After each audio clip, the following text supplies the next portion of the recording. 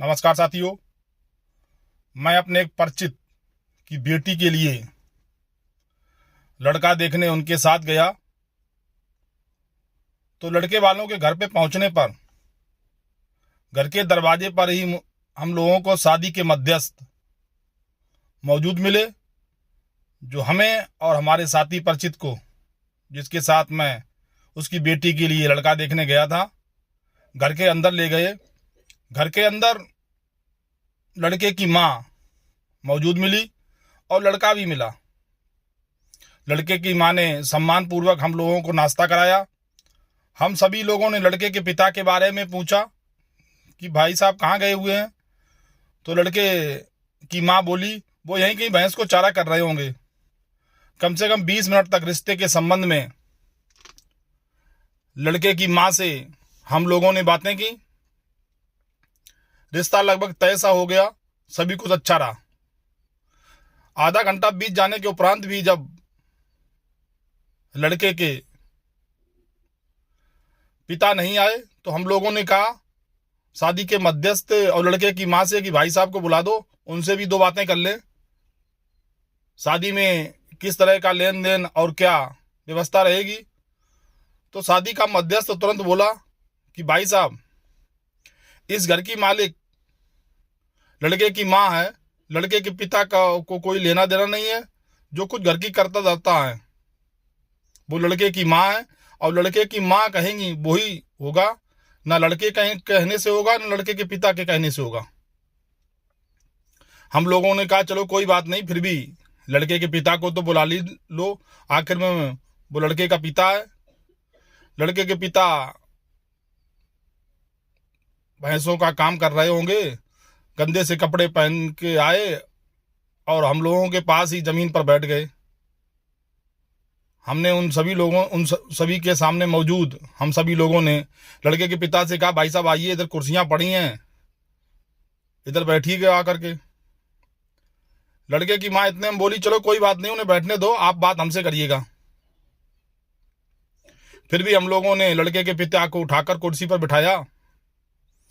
बिठाने के बाद शादी की बात की और सभी कुछ लगभग तय हो गया। तय होने करने के उपरांत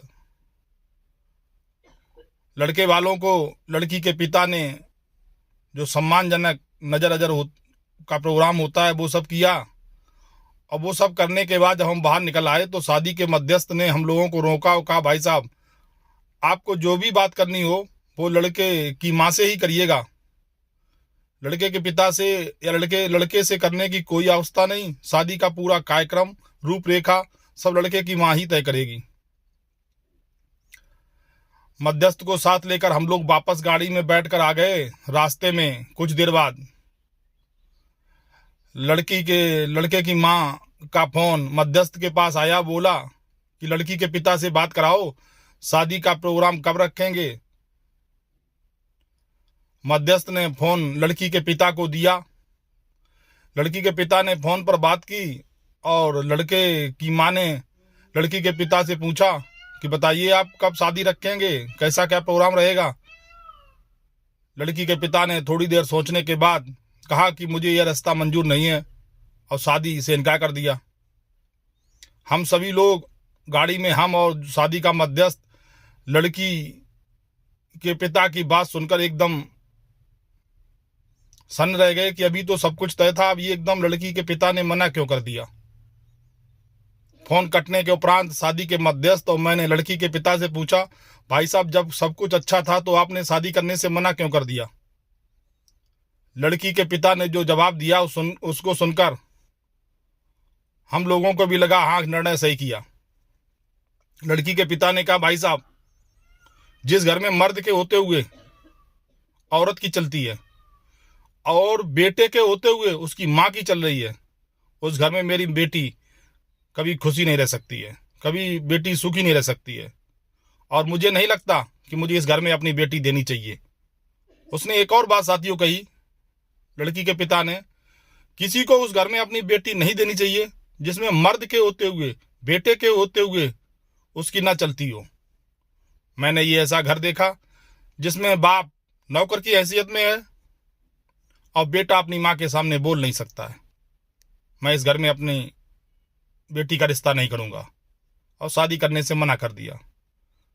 अब साथियों आप ही बताएं कि लड़की के पिता ने सही किया क्या गलत किया। मेरे नज़र में मुझे जो लगा उस समय, जो उसकी बात से मैंने सुना और समझा, मुझे जाना, लड़की के पिता ने सही किया।